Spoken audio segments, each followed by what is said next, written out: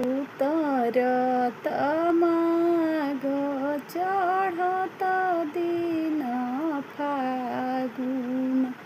गौरा करेली शिवरात अछती चढ़ावे गौरा जल ढरकावेली शिवा बर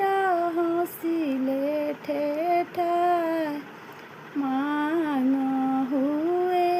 गौरा मंगन किछु मांग जो किछु हृदय में समा मांगिले ये शिवाजी मंगन एक मांगिले जो किछु हृदय मोर समा राजा दशरथ ऐसन ससुर मांगिले माता हो कौशल्या ऐसन सास बाबू लक्ष्मण